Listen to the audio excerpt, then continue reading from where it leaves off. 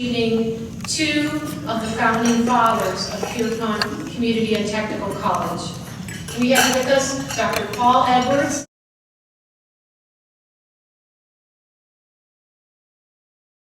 With us this evening is Mr. Blair Montgomery.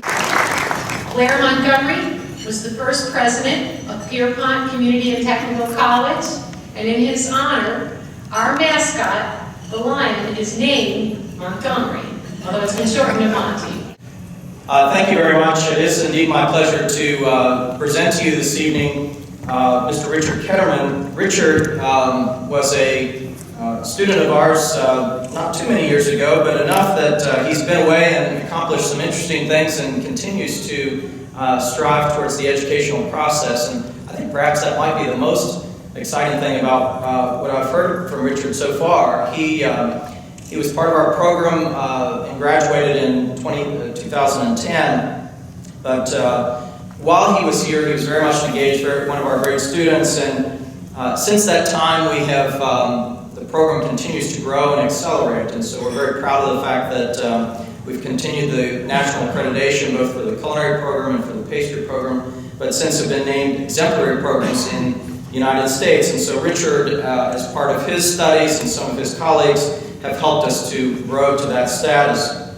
Since Richard's graduated, he's been a restaurant manager, a production manager, and a chef. But as he was in his field, and as often is the case in this industry, when students graduate, they get to see so many opportunities that are out there. In fact, he discovered that for himself. And so one of those opportunities was to think about returning to school. And as Dr. Gee so eloquently spoke about the continued lifelong learning, indeed, Richard has espoused to that himself.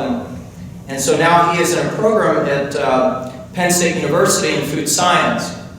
And I suppose I saw some foreshadowing of this when he was a student of ours. We, in our culinary lab, you just heard about the history of our culinary team, and Richard was not on the team, but very, very interested in the work of the team. In fact, he was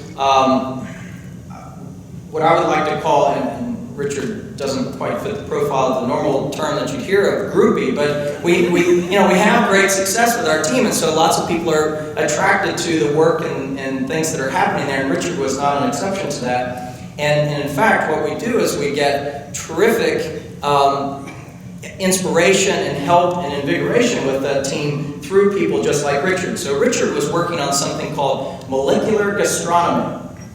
All of you, I'm sure, just thought, well, that's of course what he would say about food, but that in fact is sort of the chemical makeup and compound of food and manipulating food in a way that gives you a different food sensation or a different look and feel of food. And in fact, I believe that our culinary team was the inspiration for Richard's future career in food science. That's what I'm going to take credit for, Richard, really, believe it or not. And so, who knew today, when I was coming to present somebody with an award for his achievement in food service, that I would have been hearing that he's taking chemistry, physics, calculus, and biology related to food, right? And so that's exactly what Richard is doing. Richard's joined by his wife, Crystal, and his parents, Richard and Bobby, and I'm extremely honored and proud of his accomplishments, and even more proud and excited about his future. And so it gives me my great pleasure to present Richard with our Francis Pierpont Award. Richard?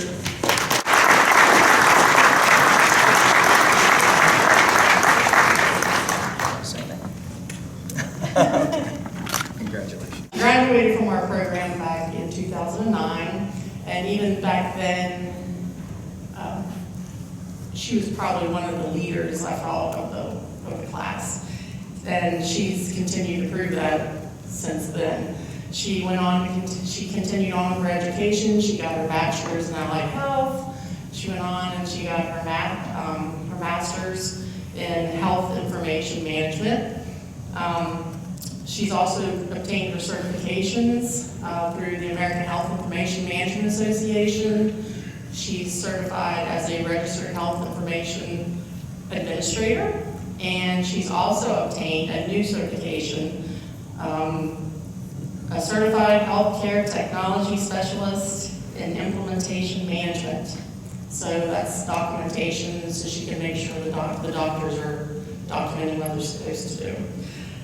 So she works full-time at the VU Health Information Department at Ruby, the VU Healthcare in Morgantown. Interestingly enough, she is an adjunct instructor in health information management at Sullivan University. She's teaching online. She's an expert in so many things that we covered in class, and now that she's out in the field, the Julia Pierpont Award represents people in the community who should be an expert. She's very active in our state and national association. She's active in our American Health Information Management Association. She's on the scholarship committee for them, where she helps pick out the students getting scholarships across the whole nation, so that's pretty important. She's also active in our state, West Virginia Health Information Management Association. She's been the second year director, she's on the board of directors, she's the state advocacy leader for our state. She's on the distinguished member committee with them, the education committee co-chair, and she's also been the secretary. She's presented during our meetings that we have. She's done various little presentations, educational seminars. So, like I said, when they set this out for nominations, she is the epitome of Julia Pierpont. So I'd like to acknowledge this year's Julia Pierpont Award to Megan Dibble.